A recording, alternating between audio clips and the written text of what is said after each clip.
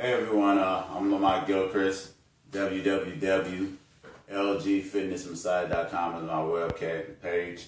Lamont Gilchrist, all caps, on Instagrams. Follow me, subscribe to my YouTube channel, Lamont Gilchrist Pro Bodybuilder, Lamont Gilchrist Lifetime Natural Pro Bodybuilder, Lamont Gilchrist Natty. This is my YouTube channel. Got some good informational videos. This is exactly where this video will be going. If you ever want to go back and look at some of the old things I discussed. Let me discuss not really a complex, but kind of a complex situation or a thought pattern, because the problem that I have with a lot of my clients, or that I find that a lot of people run into when it comes to this getting in shape or health or nutrition or overall general information or how to do particular things, is that the information is so scattered and so placed out there in so many different directions that it's very hard to realize what's accurate or what's what, or how do you decipher, or how do you use, or how do you come up with the to decipher the information and stuff like that.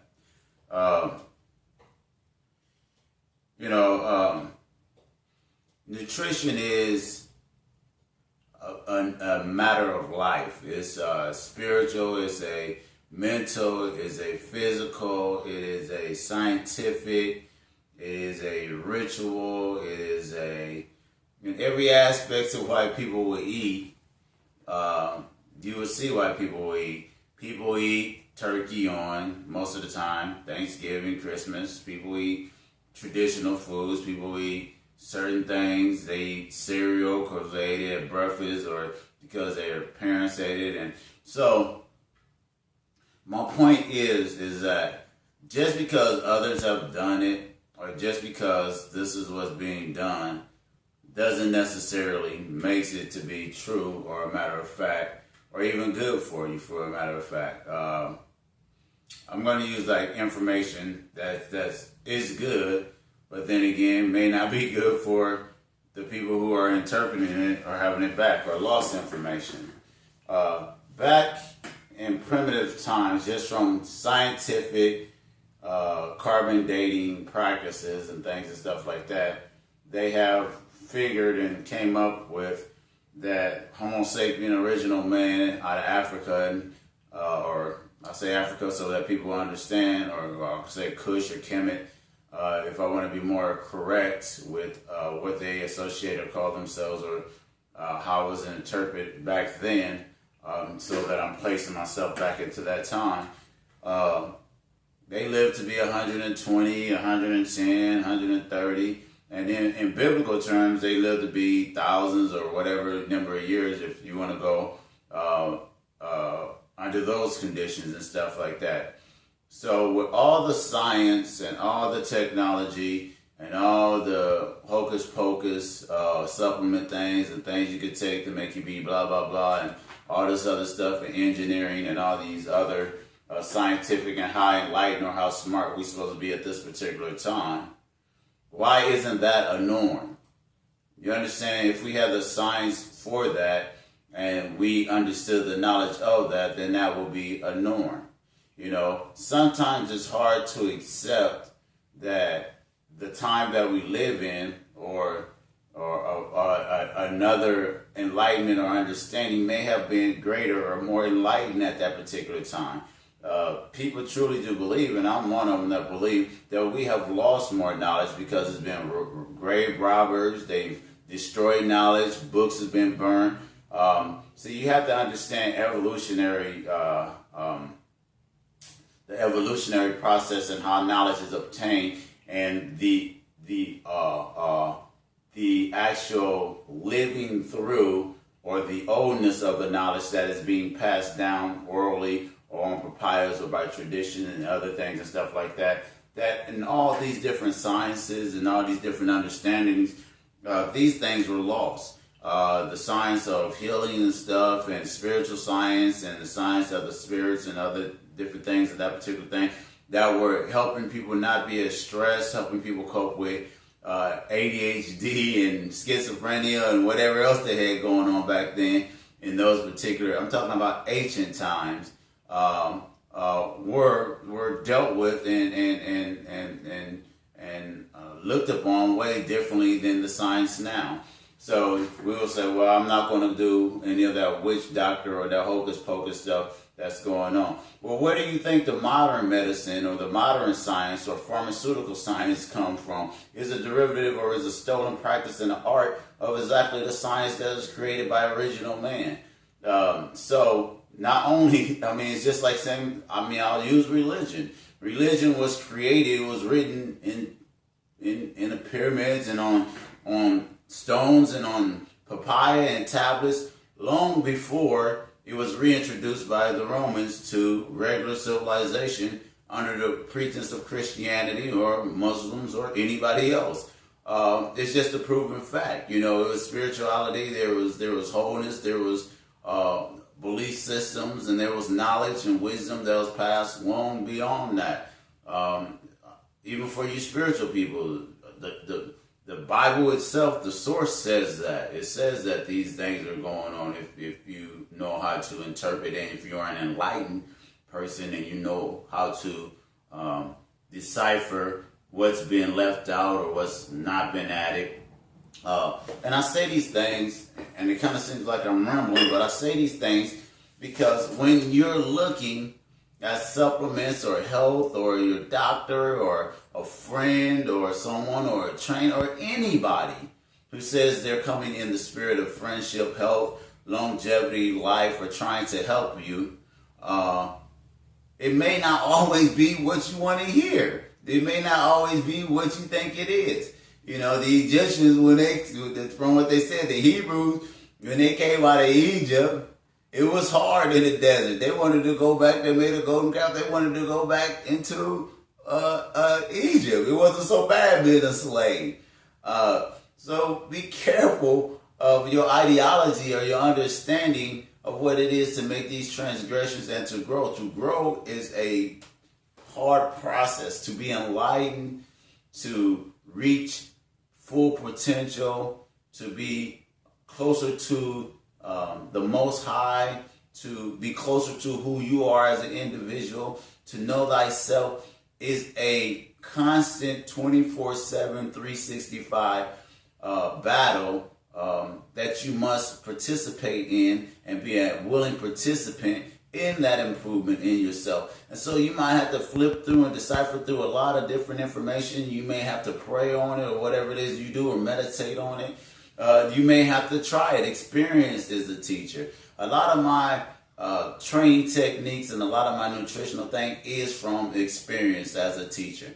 You know, I'm not against anyone who teaches things, but to be honest with you, if you haven't experienced it, then really you can speak upon it, but you don't even know the pressure or what it is or how you will conduct yourself or what it is to conduct yourself in that particular situation.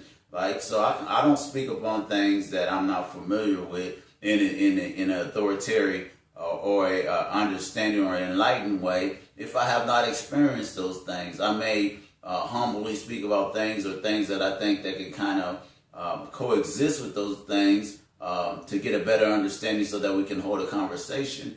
But by no means would I be disrespectful enough to speak on something like childbirth, that I don't give birth to kids, or how painful or whatever. You know, discussions of that nature, and pain threshold or someone's pain and all these other particular things, because it is left to the interpretation of your own mind.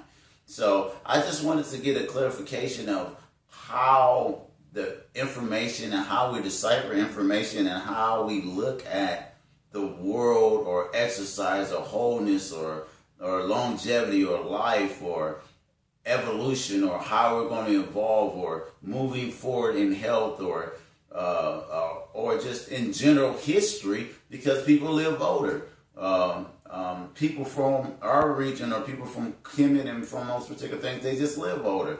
And then the people that were up in the Ice Age things, they say they barely lived to 40 or 30. They had rigor mortis, bones, because of lack of deficiency in nutrition and other things and stuff like that. So really, truly, nutrition is something that is a spiritual, and it is a ritual, and it is a life-sustaining everything. It encompasses everything. So the more knowledge is a medicine, it's everything. So the more knowledge that you have on these particular things for yourself, through experience, through past downs, through research, through what others that you trust have experienced, or even through enemies or people who may be trying to sabotage you, because a lot of time people are vain and they want to be right. That's how I do research with against other scientists or people who are just out there. I kind of look at them, look at some of the things that they do, look at some of the principles, weigh it against other things,